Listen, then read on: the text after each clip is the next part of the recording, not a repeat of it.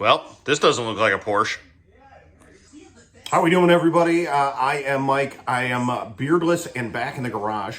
Unfortunately, I am not working on that Porsche today. I've got a family member's 2006 Toyota RAV4, getting some brakes, getting an oil change.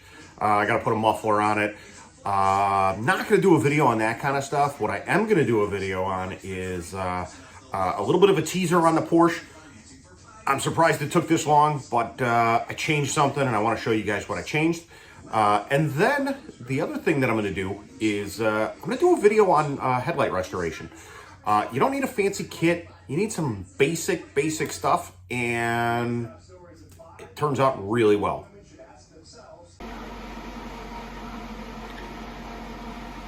So thank you to a certain internet auction site. I'm not going to tell you which one. It starts with an E, ends with a Bay. The seller sent me all the wrong parts, which are right there. And yeah, took twice as long to get to me too. So very happy about that. Plus the muffler didn't show up, but I got all the brakes and everything all set up, ready to go. But part of what I want to do today is show you guys a headlight restoration. This is a family member's car. These headlights are pretty yellowy, and you don't need some fancy kit. You actually can do it really easy, and I'm going to show you how to do it. First step, take some masking tape like I did. Run it around so when you are sanding on these, because we will be sanding on them, you don't want to hit your paint. The last thing you need to do is try and restore your headlights and have to get your bumper repainted. So I've got my headlights all taped off, and I also have some sandpaper soaking in my Chicago Bears cup. Got a sanding block, and I got a spray bottle full of water.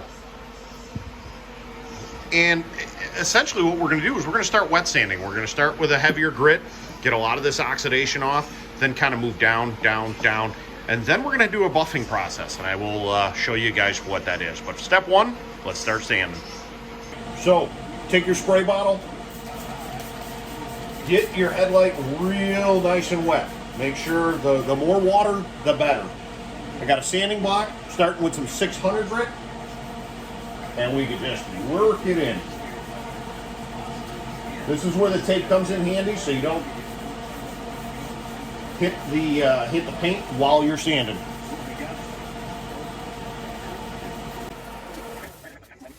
If you notice this little goopy mess, that's good.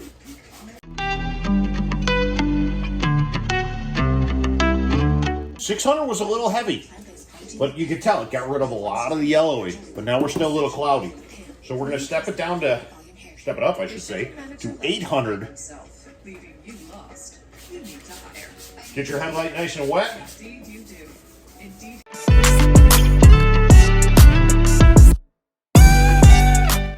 Moving on to a 1200 grit sandpaper.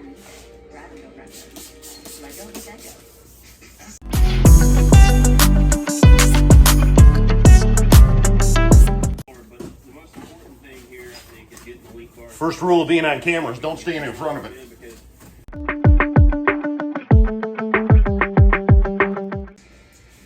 We're going to move on to 2000.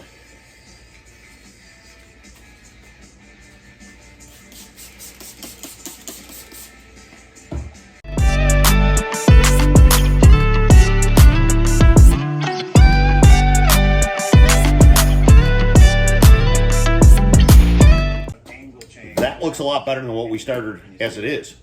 So now we're going to start that buffing process. You're going to see how nice these are going to turn out. Headlights ready to be buffed. What I like to use a couple things. First of all, Chemical Guys clear cut compound, correction compound. This stuff works really well. After that, I'll use a plastic cleaner, some kind of plastic, pulls out imperfections in the plastic. Works out really well as well. Then obviously I'll put a polish on top of it, and it'll make these headlights shine. I've got my buffer. Got a medium cut pad on here to make quick work of these fine scratches.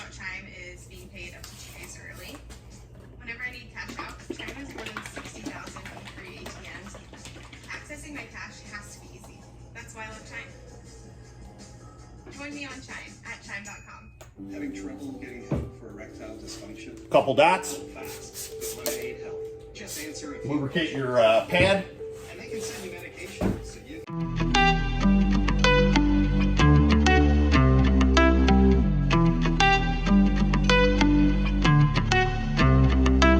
see that way up there. Then that upper bar is going to mount there. So we've got it pretty much set at ride height right now. It may give or take just a little bit, but I think this is about where I want it to ride. So we're going to see it's into place. They're going to go through the Now we'll do a coat of the plastic finish.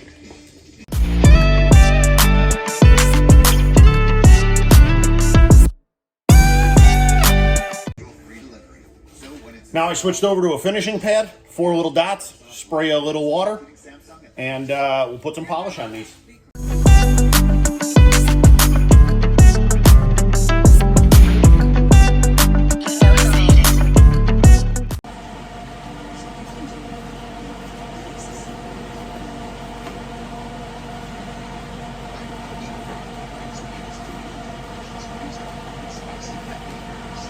Not bad for a set of headlights with 160,000 miles. So here is the passenger side. And if we come over to the driver's side, that's what we ended up with. Now, obviously, there's some imperfections in these lights. They're old. They got a little bit of cracking and you know, stress cracks and stuff from the plastic. But overall, I'm very happy with the way they turned out. And hopefully the young lady that drives this car can see a little bit better at night now. Guys, thank you so much for hanging out with me today. I am calling it, and I hope you guys enjoyed the headlight restoration video that I did. More importantly, I hope this old beat-up Toyota is out of my garage and off my lift by the next time I get to do a video so I can get back to the Porsche. Did have a little bit of time to work on the Porsche, and I actually wrapped one of those dash pods in Alcantara, and when I installed it, I wasn't 100% happy with it. So I came up with something new. I hope you guys like it as much as I do. I was happy with about 80% of this. The materials, the color, the fitment, but it just didn't look finished, and it needed something. And here's the new design. Made the speaker opening a little bit bigger, added a plexiglass trim ring, and this is still in the rough stages, so I got some sanding to do on it, and I want to obviously wrap it. The PVC is still going to be wrapped in Alcantara, but that ring is going to be painted black, just like the dash. And if you look here, I think that just looks so much better. It's going to give it a little contrast, definitely give it a little bit more of a custom look, and I like it. Hopefully you guys do too. Guys, thanks for watching. As always, like, subscribe, and let me know in the comments on what you guys think of those new dash speakers. Next video, we'll talk a little bit more in depth about how I built them and what I'm going to do to the doors to match the new design of the dash. So, as always, thank you, and see you next time.